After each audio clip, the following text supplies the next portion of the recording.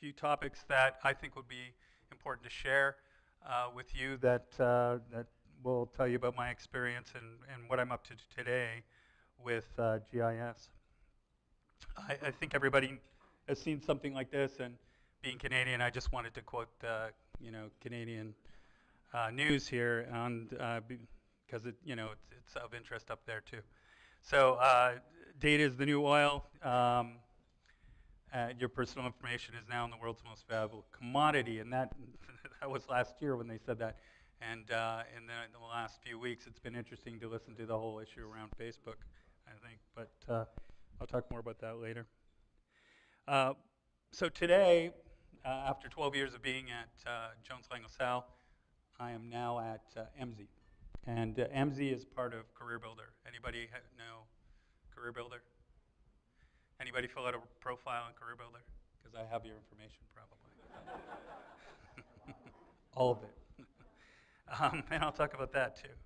So we do have 90 plus government data sources in our data, 500 plus organizations, 99.5% coverage of employment data in this country and actually globally, and 80 billion data points. So, and talk a little bit about that later too.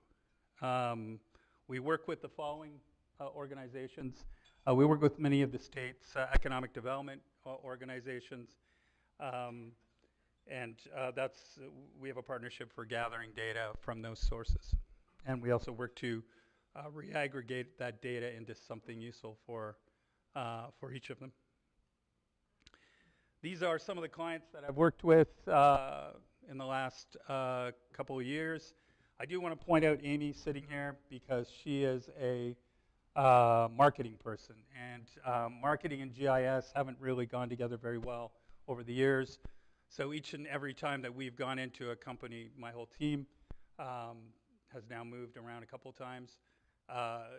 Amy comes in to talk about the marketing. So some of the things you'll see are slides or messaging that she developed, and she's going to come up here and help me when I go into Esri's ArcGIS, which is one of the tools that we use for our business.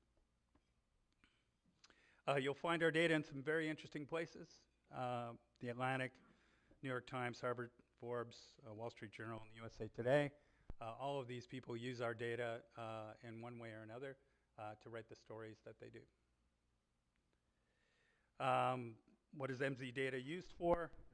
And this isn't a commercial about EMSI. I will get to some interesting things in a few minutes.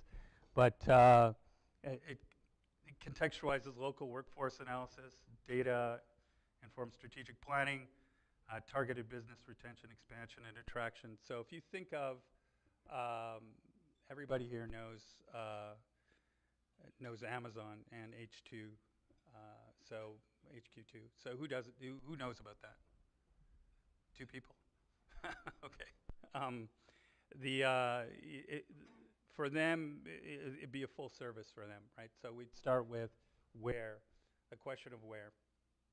What would be the best location for that? Well, you've seen that they've come down to a top 20. I'm going to talk about that in a bit too, because my students did, in the class that I teach at UTD, did an exercise around that for a class project. So we do have a SAS tool. That SAS tool generally provides our clients with descriptive data. So if you're wanting to get data around workforce for any occupation area in the country, then you would go and use that data and mine it out. It doesn't only have data around a workforce. We do have university data. We work with many of the universities across the country. I know all about this university because I have data on it and how many graduates for the last 10 years, which programs they were in. A lot of universities will use this information to plan the types of programs, along with seeing where different occupation areas are growing, in which markets they're growing, where the demand is. So we do have a supply and demand model for our workforce data that we have. So I want to talk a bit about how I got here. I'm working for Roger Staubach in real estate, and so there are certain things that really got me very interested in people and workforce, and some of those are academics, and I wanted to point them out because through my own GIS training, I didn't see anything on them, and so after I got through it and got interested in a master's and Ph.D., I started to read stuff by Walter Kristaller, Central Place Theory, which I know most of the academics in this room understand.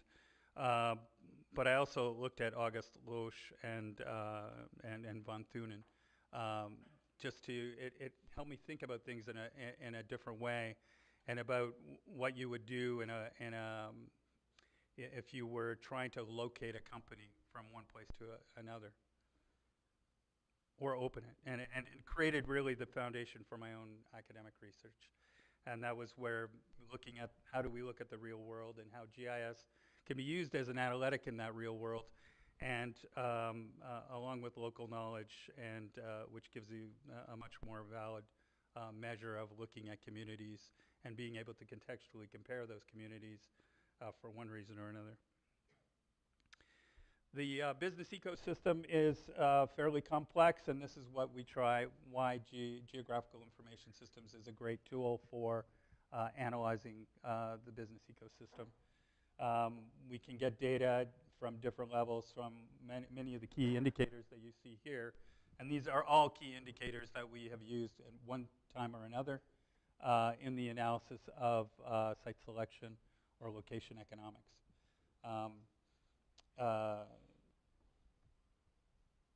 So, location economics. So, essentially, last person that I could find to use that term was Loesch.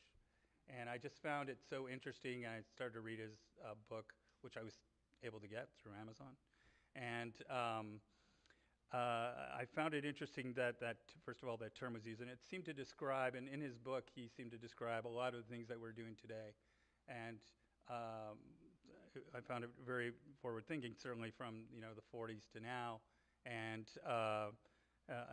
today when you introduce the location of things and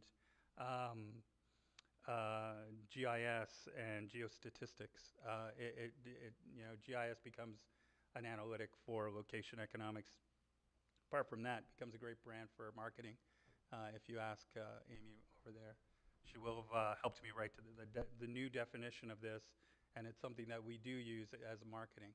And a lot of companies, location companies and business intelligence companies, will look for something. I love this term. I think it's much more than just a brand. I think it's, it's certainly a lot of research can be done around it. The key components in which I use, and which we're always using, at least in my team and in the business that I'm in, are looking at the trained people, and all of you are becoming trained, which is awesome, because you're the future of location economics, and the data. That seems to be a shortfall in some programs with respect to what to do with data when it comes into GIS. I know that when you work in companies, sometimes you have people that really just know how to click a mouse and have a few points on a map, and you're really not getting the benefit of what the technology can do for your business. So, and understanding what the technology can do, the features and functions, bringing those three things together really helps you succeed in using location analytics as a platform for helping businesses look for places where they can survive and succeed with respect to operations. So I think this essentially, I like this, so I'm just going to let it play for a minute. These are some of the things that we do. It's visual. It tells us right away. There's a map there. There's a ball that goes around. It's really cool. And the business climate. This would just be sort of a smaller model, but these would be things that we're looking at when we're trying to get company to the right location. So teaching location economics, I want to start with that before I go into what we're doing with it from a consulting point of view. And so teaching it in the people, that's the most important. Getting them ready to be out there doing analytics, and then into what does it mean for an enterprise itself operation. So, this teaching location economics, it's a story that explains the data rather than just exposing it. So it goes beyond just being able to put data up for the sake of putting data up. It's a narrative that gives you context, and I'll keep talking about context because that's essentially what's important in determining where your business should be. These are some of the pictures of my students, my class at UTD. So their final exam is that they have to create a company, brand it, and then use analytics. And I will teach more than just the Esri platform, because there's the mining of the data. So the company that I work for provides that data to the school for their project. But there are other sources that I teach them about, government sources for labor. There are other tools that I teach them about as well, Tableau, etc. So they have to decide what the best solution is going to be. They then have to work as a team to build out that solution, and then they present it to people in business. So last year I used a number of people from the Fed to Jones Lang LaSalle to other startups around the Dallas-Fort Worth area. And so they come in and they, as you can see, they have a session at the bottom with the, I'm out of it. I don't grade them on that final. It's up to the people from business to grade them. And they're pretty hard on the students because they'll say, well, why did you make that decision? I mean, they definitely learn from the experience of being under the questioning of the local business experts. Sorry. So, yeah, I'll say sorry a lot because I'm Canadian. You pick the right location. To pick the right location, you have to ask the right questions.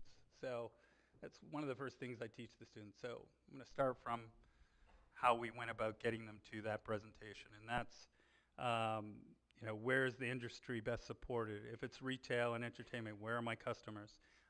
That's a standard retail question to ask.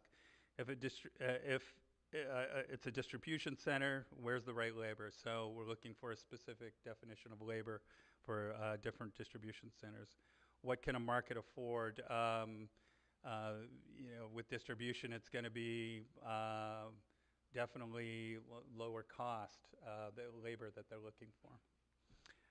What does the future look like for that location? Well, we want sustainability. It can't just be we pick a location, there's enough people there now. We need to look at the future and be more predictive about it. So they have to ask the right questions when they're meeting with clients, and I try to teach them how to do that. So I do have coaches come in from industry, and they're asking questions to them about whether specifically around the assignment. Macro analysis. I'm not sure whether where else that's taught, but we talk about markets from a macro point of view and a micro point of view. So, a macro would be all the markets that you see in the map right there, and how they compare to one another contextually. Micro analysis will be much more, smaller scale. It'll be you can zip code to zip code. It could be a heat map. It could be anything that tells us more about the community and the distribution of labor within that particular market. And you're identifying hotspots too with the analysis. So this would be a multivariate hotspot map that tells you the best location. This specific example is, has anyone heard of the Army and Air Force Exchange Service? Hey, all right. um, they they distribute to the bases. They're just store essentially on every base around the world, and they happen to have their base, which is run by a general, which I was surprised to hear, and so they're 50-50 between people like you and I and the military, and they were in South Dallas, not a good location for them to be. There's bullet holes in the buildings and other challenges that they faced there, and so they needed to move, and they asked me to figure out where in the United States would that be. Now, this would be an act of Congress. I'd have to go before Congress to sit and defend why this military base is being moved. I don't know if anyone's heard of a BRAC, but there's base closures that I've been involved with in the past as well. But so I did the analysis and went through that process from the macro to micro. As you can see here, when I'm talking about educating the students, this is the same story I tell them about this particular when it comes to identifying hotspots. Well, on a macro scale, it came down to Dallas being in the top ranked spot, and then we got to micro, but now specifically, what is the distribution of the labor on a very micro scale, so in a community level scale. So this showed that North Dallas was the place to be, and closer to the airport as well, because a lot of times there, all the people that are working there are flying to different parts of the world. So for the assignment, I asked my students this year to look for the new headquarters for HQ2, the second headquarters for Amazon. And this is what I gave them. After through the class, being trained in different data tools, different GIS tools, all of them were going to build an ArcGIS online application, which we'll show a little bit about in a few minutes here. They had to identify the optimal. They had to start with what was posted in the news about where they were going. So, optimal location, North America, correct size and financial structure.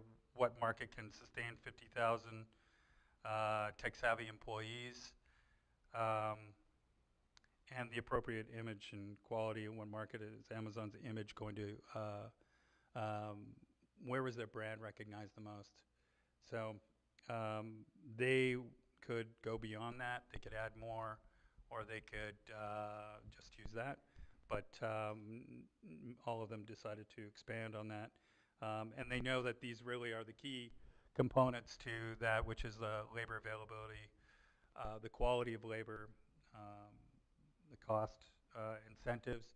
Business and economic incentives are key, to, dinner was good, to any, to really any company making a decision. If you're bringing 400, 500 jobs to a location, you're going to get some great business and economic incentives. Economic development and political and regulatory environment for business is always an issue as well. Risk, not as much, it should be, but it isn't. Infrastructure, I mean, it is from the point of view if there's or they're in an area that gets a lot of hurricanes. But that we pretty well know where those occur. So in using the EMSI data, they were mined out a bunch of data from, we have occupation. You can see really how it's structured right here. We can do it by market or a zip code or multiple zip codes, multiple markets, and get that data out and bring it into something like ArcGIS Online. The process is that we've taught them about asking questions, so project initiation to doing the city and regional study or market study or core-based statistical area. The short list, and typically at that point on a short list, real estate companies would go to a tour situation where they would tour the top 3 markets to make the final decision, and then they would implement that decision. and look for the right real estate, or it could be a greenfield and they're just going to build something new. And then there's the operations in the building and the sustainability of the labor in that location. So this is an ArcGIS application from one of the teams. There were 3 teams in this particular class. Off to the left, you see the different things that they focused on, tools and technology, the criteria, reviewing the criteria, the tools that they were going to use, and reviewing the criteria. The top 3 locations, the high-level candidates, the top 25. So they came down more and more and more as they added additional key indicators to make a decision on which location. This essentially, when you got down to number 12 in the ArcGIS app, these were the top 10. Now, this happened before it was released in the media. So they hit 8 out of the top, 8 markets here in the top 20. So 8 of their 10. So I thought that was fascinating that, that was the result. So we're going beyond just descriptive data. We want to go, there isn't a company now that isn't asking me about, hey, help us make a decision. Don't just give us data. So we're not just reporting what's there. We're doing analysis and modeling, and again, in a multivariate way, with the key indicators that they say is important to their business. And I can tell you between 2 different distribution centers, or 2 different headquarters, or 2 different call centers, those key indicators are going to be slightly different. And so they want some predictive and prescriptive capabilities. Predictive in where does the future hold for us, and prescriptive, what decisions should we make about that future. So let me get a little deeper into what we do, what I do, what my team does. So we're doing evidence-based decision making now that I've spoken about what we're trying to get to beyond descriptive data. Has anyone used Ultrix before? Oh, hey, Ezra uses Ultrix. Cool. Okay, so we have 600 million profiles of data of people who have gone to Career Builder and filled out information. And please don't judge me like you're judging Facebook. That's not us. And so the issue here is that we take those, there really is very little data in the world about what labor is available. And so what we're able to do with 600 million profiles, which are globally spread out, is build the labor availability of in different countries at the city level. And so that was what I did when I came into Career Builder, is we took something called their edge data. It was just sitting out there, and they have job postings. So what do they have? They have supply and demand. They have profiles and postings. So what we can do is build an index for every single market that we have data in the country, and that right now we're at 640 markets in the to look at, and that actually is well beyond what any company has been able to do. And so what we're able to do is call center especially. If we start to look at, I give you an example right now. We were asked about having data for the Philippines. And this was by another real estate company who's in the Philippines who worked with JLL, but they did all the analytics, but they couldn't really do anything beyond what you see there, which is at the state level. And they needed something much better than that. So we were able to model the data down to, and you see where the red is, which is where the top locations are for sales personnel, which they're looking for call center salespeople. And they were blown away by that because they'd never seen data available labor at that geographical level before. apart from that, we're able to use Esri data to validate some of that. So, which is what we did.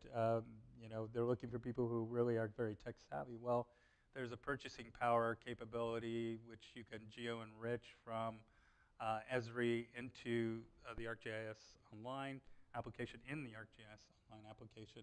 And you can start to look at that data with the data that we created, and now you're creating a story around where to go for your sales people who need to be fairly tech savvy and be able to operate a computer and are familiar with technology in general. What I'd like to do is to get Amy Phobes up here. I'm going to talk through some applications that are real-time, so that are on the ArcGIS platform. And Esri did not pay me to.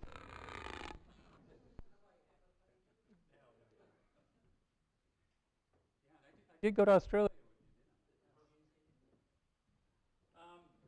Okay, let's go to the apps. No, go. The apps should be in.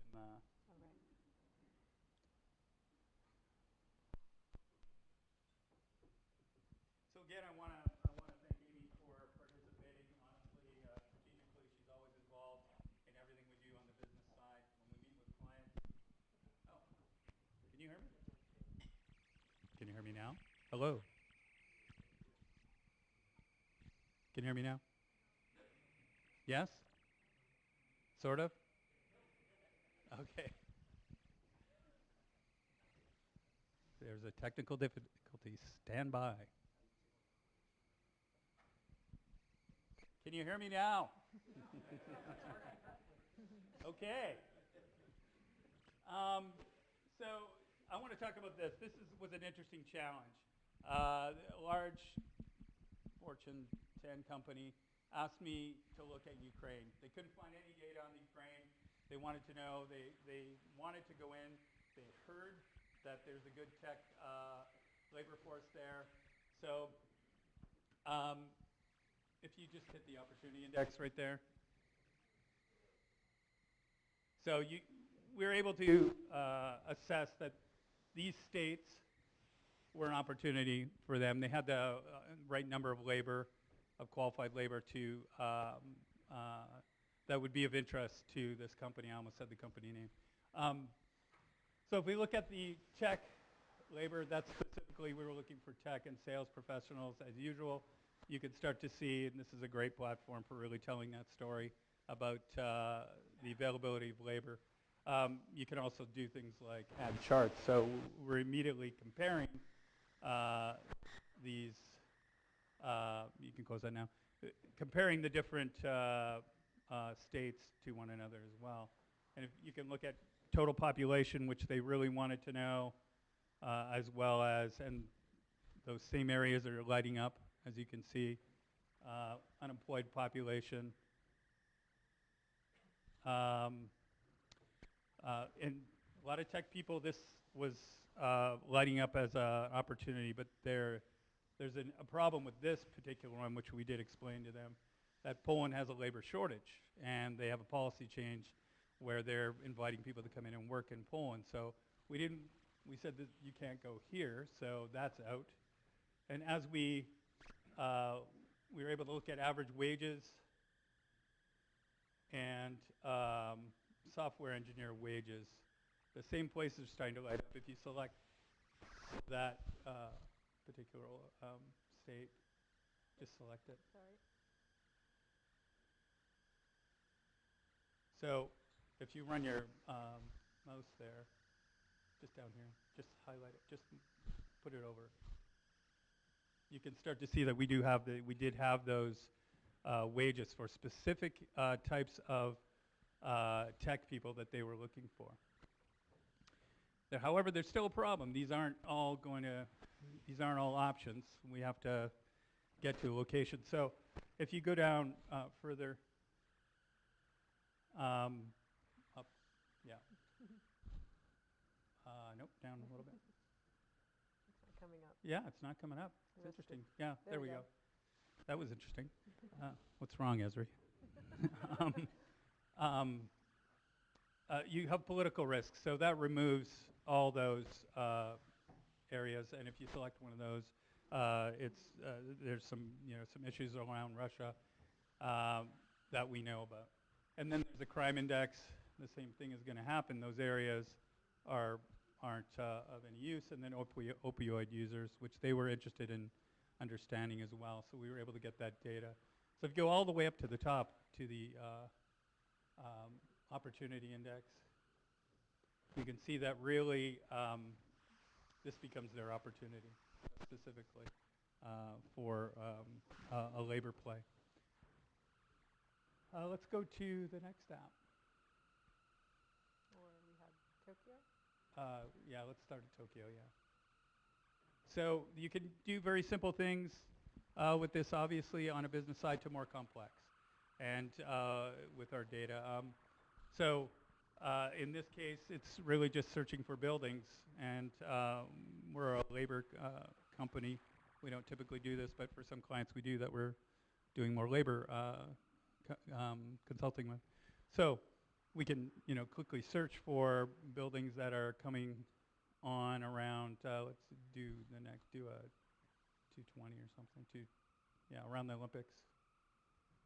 So the Olympics are coming in. They've got these new buildings coming in there. They need labor. We start to do assessment around the Tokyo area where the new buildings are. So that's pretty simple. But let's go to, and for retail, same thing. We built this for JLL, and just telling you a story about, if you go down, just about the availability of.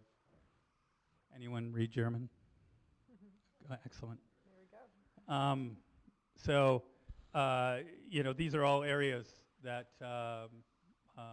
different locations for opportunities for retailers, and that's a simple thing to do too. And if we go to Brisbane, this is very interesting because we can then take descriptive data, and sometimes there is use in it, and looking at availability of things like warehousing. So as we zoom in, if you double click over into that corner, this changes, and that's actually quite powerful. So that was something good that Esri did with their product, just being able to zoom in more and more. So if you zoom in more and more, that changes. And we actually use that capability for labor at the zip code level. So it becomes very useful as we're looking around the country at markets that we've identified as being an opportunity. You can go into the market now and look around the market and see how the labor numbers change very quickly and start to make a decision. Social amenities. So research-wise, where's the capstone? Where's Nate? Hey, stand up, Nate. So we're working with Nate. EMSI is working with Nate, and he's been working on this project with us. So we do research. We do build indices occasionally, and this one is very multivariate. If you go all the way back up to the top, we're taking what Richard Florida had to say in the social side of markets, and you can build out this type of thing. It becomes very interesting when you can, obviously you all know that you could just send out a link for something like this and talk about what key indicators that we used, and Nate's building on top of that for us, doing some research around it. And he did a great job today presenting it.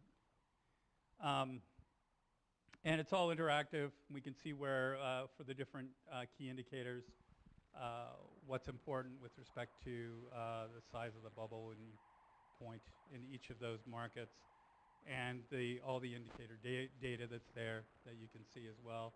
If you're just looking at one, you can go all the way over to the social amenities index, the next one. So obviously we can start to see, once we've aggregated that, where opportunity. The interesting thing is here, most of the top 20 for Amazon are green and are in here. And so, you just start to get, data is just so great when you look at it, people in business making decisions from different angles. You can start to look at this and just the social side, along with infrastructure, availability of lead buildings in a market, other kinds of things that are of interest to making a location decision. So, New Jersey.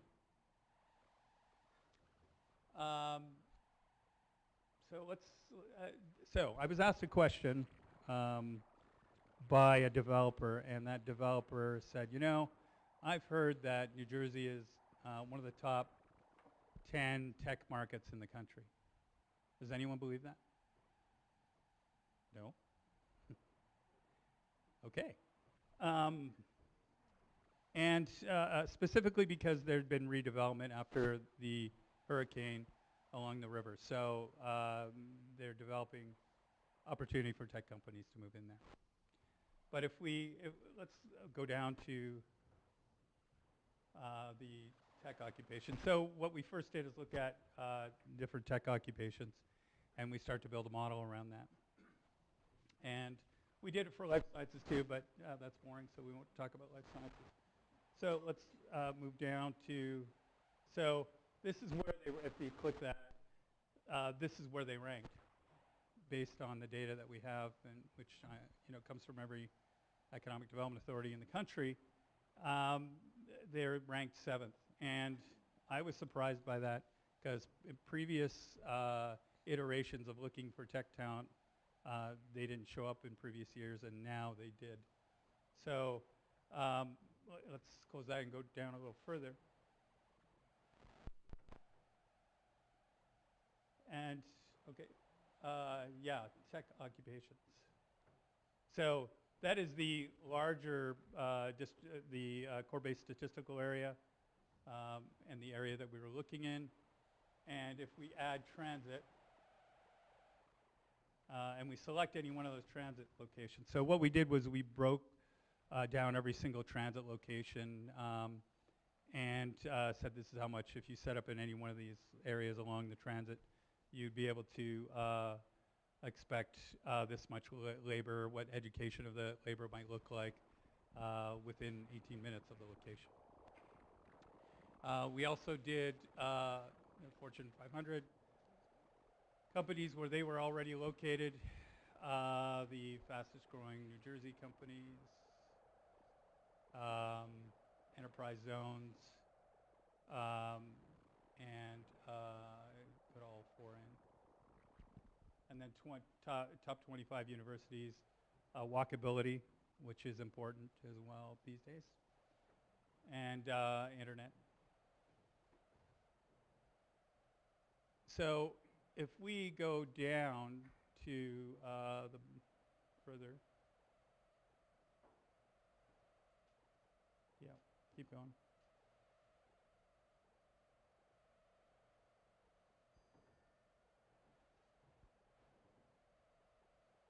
It's a long list. Big app. Where are the little dots? Will you repeat it? Keep going. Okay, whoa, go up. So we could, we might add things like millennials, and so we can bring in heat maps to identify more closely where the interesting labor might be. We have master's and bachelor's degrees as well, can do the same thing. And then if we go down further past the charts. Okay, and the tech map.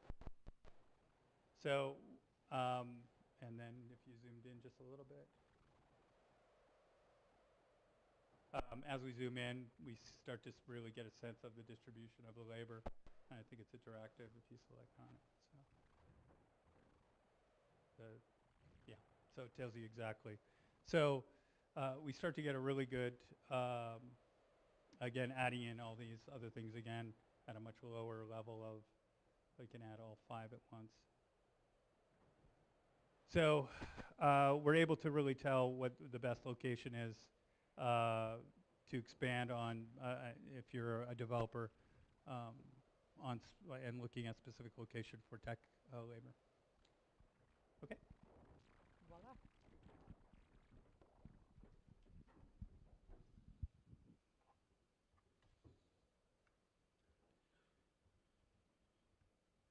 Okay, Amy, I don't have a Mac.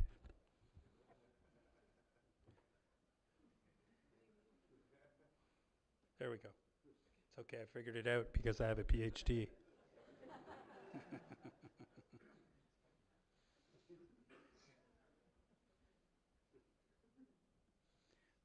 Okay. Okay, so let me, that from the consulting side, from teaching to applied, when I've hired people from my class every year for the last 5 years, and they get in, those are the kinds of things that they're doing, problems that they're solving. It can get, there's some things I couldn't show, it gets a little more advanced than that, but those are some examples. Those are all public examples, by the way. And any of you could go and have a look at them and how they were structured.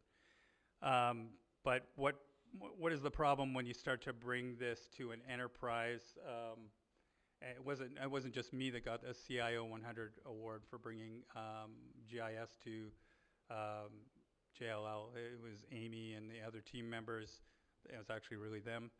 I just sort of just watched. And building out, when you're building out these things, it's important to understand that probably there is redundant technology, there's redundant data sets. People are paying for the same technology and data in different parts of the company, and that becomes a major problem. The bad user experience, people are also doing desktop GIS and it's not going anywhere because it's not connected to anything, and they leave and it's all gone. So the investment in the labor from a business point of view, so if you're going in to manage that part of the company, there are things you really need to think about, because money is lost immediately when someone walks out the door when their data isn't connected to anything, and they have, it's just been deleted. So that's important. So a lack of dynamic capabilities can really cause problems. So you really want to be able to have that dynamic capability, some of the stuff that we were showing you there. Much of what we did there, we sent off to a company for them to make a decision. Sometimes we help build solutions with our data so that they can just, we just upload an API of our data so that they can continue making solutions, so we don't have to reinvent the wheel every 6 months in an application. So with respect to quantifying the investment, these are some of the things that this is precisely why we won a CIO 100 award. I do want to say that once we won that, the CEO, the CIO, the chief marketing officer all left. And so everything started over again, including our team leaving. But it's still there, it's still being used. People pretty excited still about the application. There's still over 2,000 users with 800 client applications, 3,700 client applications. We saved money because people shared data. So a good example I can give you, at the time we had a broker in in Chicago who had a need in France it was in Europe somewhere, now that I recall. It was in Europe, and it was a call center, and they needed language capabilities for French. And our German colleagues, who are big users on the system, had half the information we needed. We had the other half in the US. In 24 hours, we put an application together, and we sent it off to the client who was representing Apple for a call center. And they were about to not use Jones Lang LaSalle anymore because they were getting frustrated. And that is the power of being connected with spatial information. In 45 countries, generating 30 million in revenue. That doesn't seem like a lot, but it was for 3 years. And that was just us generating that. Someone who was using the platform from start to finish. On the marketing side, going in, Amy did a great job because you, a country in 40, a company in 45 countries is very diverse. You get very different response from going into an office in Japan, to Australia, to into Europe, into London, and into Mexico. You get very different responses, and so what you have to do is establish, what will this do for me if I use this? And you have to go in with an example of, like the examples that we showed. Here's how it will affect your business. Here's how you'll win business. Here's how you will, the bottom line will increase for you. Here's how you will look good, because you're going to be the champion in your office for this. So we did this roadshow for 2 years, getting people hooked on GIS. And so a good example too is going into Japan, where people like to build a relationship before they trust you. And so we really, in order to build that relationship, they were having trouble getting it. Jones Lang LaSalle has worked with almost all the Olympic Games in the last 20 years, whether to sell off parts of the village afterwards or to manage the games village during the Olympics. And in this case, our Japanese office, with the approaching 2020 games, summer games in Japan, really needed something to try and help them win some business there. And so we took the website, which had the location of all the venues, and we put that into an application, our GIS application. And of course, we had to get the okay from the Japan Olympic Committee, because it would be completely offensive to do that, not ask them, and then give it to the folks in our office there, and they would look bad, and that would be the end of our relationship. So going to different steps in selling a solution at an enterprise level takes a lot of work. Definitely takes someone with marketing experience who really understands the language of GIS, business intelligence, and how to use GIS as an analytic itself. So that was an important component for us. So, there are silos when you go into a large corporation. There's going to be, in a small group, in a small company, there isn't. In a small university, there isn't as much as there is a big university. So a larger entity will always bring with it some challenges. Education is key. You have to have people in the organization that do a much better job than just clicking on a mouse. They have to understand what they can do with GIS to help make decisions. So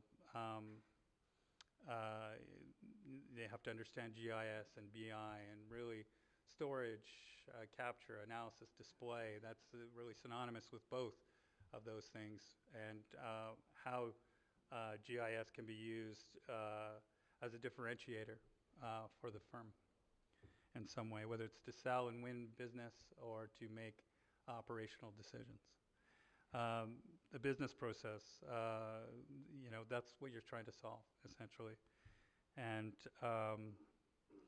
I say beware of the corporate economist. And I say that, there will be people that say they know what they're doing, because you have these competing forces in a company with respect to the silos, and trying to break them down and win them over, and help them understand what they don't understand about GIS and how it can help the company is really an art. And so our new economy is more about analyzing rapid real-time flows of unstructured data. And with that, I say thank you very much, and hope I didn't bore you.